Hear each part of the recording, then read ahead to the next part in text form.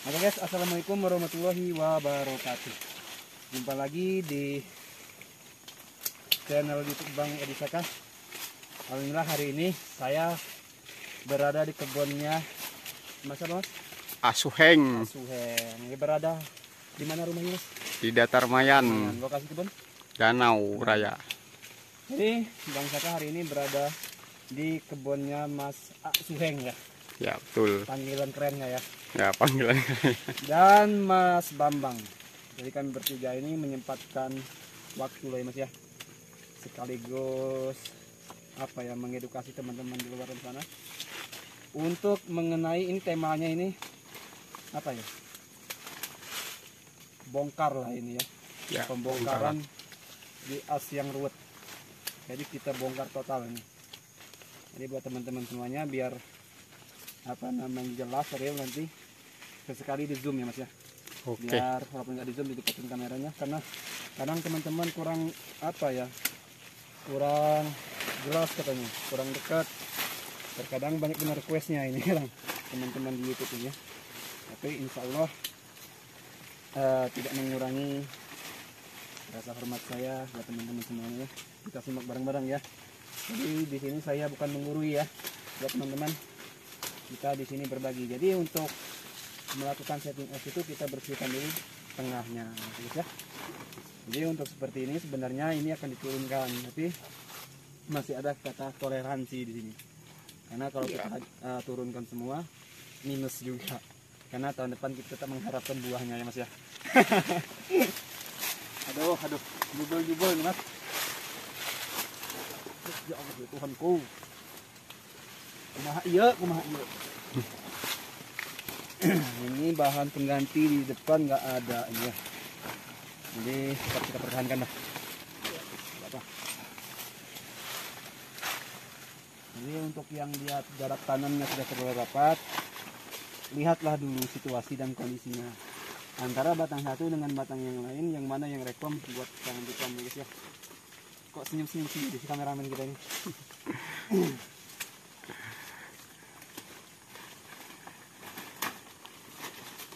Ini udah berapa tahun Mas nggak dipangkas Mas?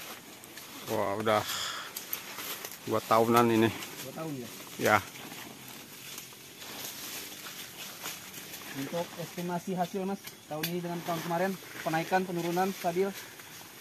Dilihat sih stabil aja. Stabil ya? Berarti nggak usah dipangkas Mas, kok stabil Mas? Kalau buah nurun terus kalau buah. Nurun terus. Jadi kita rubah mindsetnya ya Mas ya. Oke. Bagaimana caranya kita dapat hasil yang banyak di setiap tahun tapi stabil ya guys ya. Oke. Jangan kita hanya dapat apa ya, sekali panen kita dapat 3 ton nih. Bun ibaratnya 2.500 dapat 3 ton nih, misalnya di 2025. Next 2026 drop cuma dapat 5 kintal. Itu namanya bukan kestabilan ya. Jadi yang dibicarakan kestabilan itu tahun 2025 kita dapat 2 ton nih. Di 2026-nya dapat 1 ton atau 1,5 ton. Itu terbilang stabil. Tapi kalau dia dropnya dari lebih dari 50%, itu bukan stabil ya guys ya. Jadi jangan salah arti. Dan yang kedua, kita harus rutinitas simpan bahan BO ya guys ya. Di setiap tahun. Jadi bahan BO seperti ini guys. Jadi setiap tahun harus kita simpan. Itu untuk menjaga kestabilan. Kalau kita hanya melanjutkan bahan lanjutan seperti ini, nih, dia tidak bakal mampu, kecuali bahan lanjutan ke B2. B1 oke, dia buah perdana. B2 nya dia peribahasanya apa ya, buah agung ya Mas ya. Ya. Iya aja sih Mas. Ya aja. Nah, kita lari ke luar dulu ya Mas ya, untuk setting asnya nanti Mas. Oke. Kita peribahasanya pruning untuk bahan yang akan kita turunkan Mas. Jadi kalau kita minim bahan seperti ini tetap kita lanjutkan. Oke, ya? Kalau minim bahan. Tapi kalau dia yang bahan BO-nya siap, ini kita turunkan. Oke. Jadi kita harus pakai toleransi. Kalau enggak, ya gimana ya? Bisa nggak makan di depan. Betul. Itu peribahasanya lah. Tetap kalau makan nasi itu tetap ya Mas ya. Jadi di sini ya Nah, buat teman-teman semuanya dimanapun teman-teman berada, di sini kita niatnya hanya berbagi ya, bukannya menggurui ataupun apa ya peribahasanya mengajari. Ini kita hanya sharing. Ambillah hal baiknya ya Mas ya. Oke, Iya, siap. tinggalkan yang buruk, ambil yang baik ya. Senyum aja. Oke. Sudah ini. Oke. Jadi untuk seperti ini ya, buat teman-teman, ini kan di batang satunya. Ya. Ini sudah ada bahan BO. Ini sakit sih bahan BO-nya, mudah-mudahan bisa bertahan ya. Kita potong di sini. Biar tidak mengganggu batang yang satunya. Oke. Ini kalau masalah ruwetnya luar biasa ruwetnya ini. Masuk aja udah nggak bisa aku. Kameramen aja ngasih bingung ini. Nyelipnya ini. Bagaimana angle-nya ini ya? Iya, Ini susah. gambarnya. Aduh, nggak keambil. Ini buat teman-teman, kalau tanamannya rapat, kalahkan di salah satu pohon. Jangan kita egois, harus dipertahankan semua. Jadinya ujung-ujungnya saling menumpuk ya. Nih, contohnya kalau kebun tidak pernah kita lakukan pemangkasan, oke, kelihatan dia buah. Iya. Sebenarnya kalau kita kumpulin ini kurang maksimal buahnya ya. Beda halnya sama yang dompolannya memang jadi dia. Bahannya dia seperti ini Mas, yang ini Mas. Buah yang ini Mas. Ini contohnya kalau dia yang jadi Ini. dompolannya. Ini. Beda halnya sama yang kayak gini lah tuh. Pecah-pecah dia ya. Ya. Beda halnya. Jadi kalau yang seperti ini kita simpen 10 bahan raja itu sudah luar biasa. Ini kan lebih dari 10 ya Mas ya.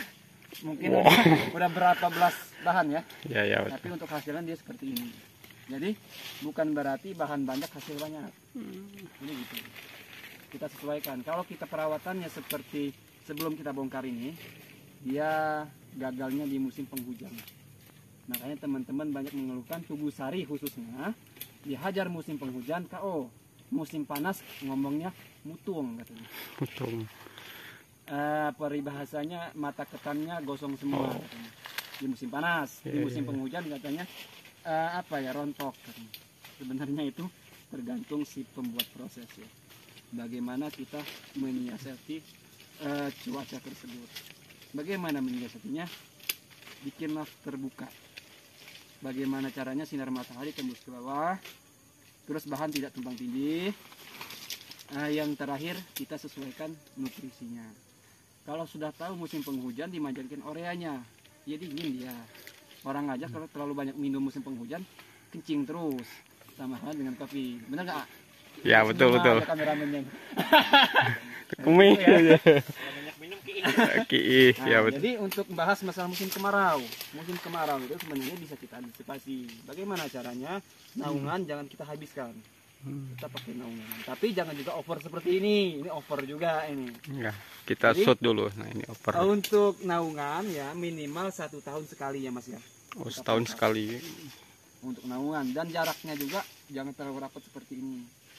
Jadi kalau rapat seperti ini bahan kita kerdil. Sebanyak apapun kita kasih pupuk kerdil karena dia di situ kekurangan cahaya.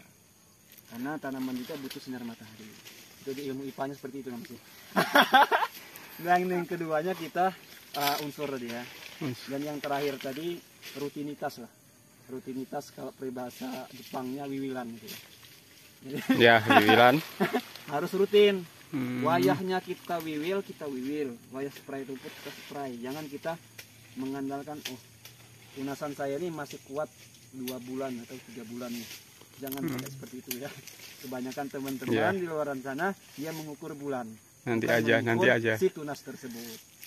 Jadi tunas itu kalau kita rajin, posisi bahan lanjutan, bahan BO itu super. Wow. Makanya kadang teman-teman kok Mas, Bang katanya. Kebunnya Bang Saka bahan BO-nya begar-begar benar beribahasanya kan. Montok-montok lah peribahasanya. Sebenarnya itu bukan karena hebatnya Bang Edi Saka, bukan ya. Jadi perawatannya lah Yang hebat. Nah, jadi jangan salah arti ya. Kalau kita rawat dengan maksimal, insya Allah si buah kopi tersebut maksimal juga guys ya.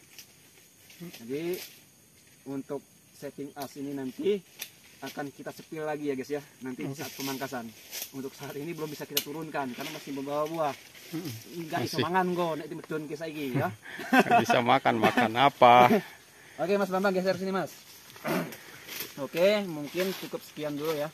Saya bersama Mas Bambang, terus Ak Suheng berada di belakang layar. Ini saya jadi Oke. kamera dulu kali ini ya. Siap. Saya bersama rekan-rekan KPKM Ulu Blue Tanggamus khususnya. Mohon undur diri ya. Untuk konten kita kali ini mungkin cukup sekian dulu ya. Nanti kita untuk pembentukan as kita sepil lagi setelah buah diturunkan ya.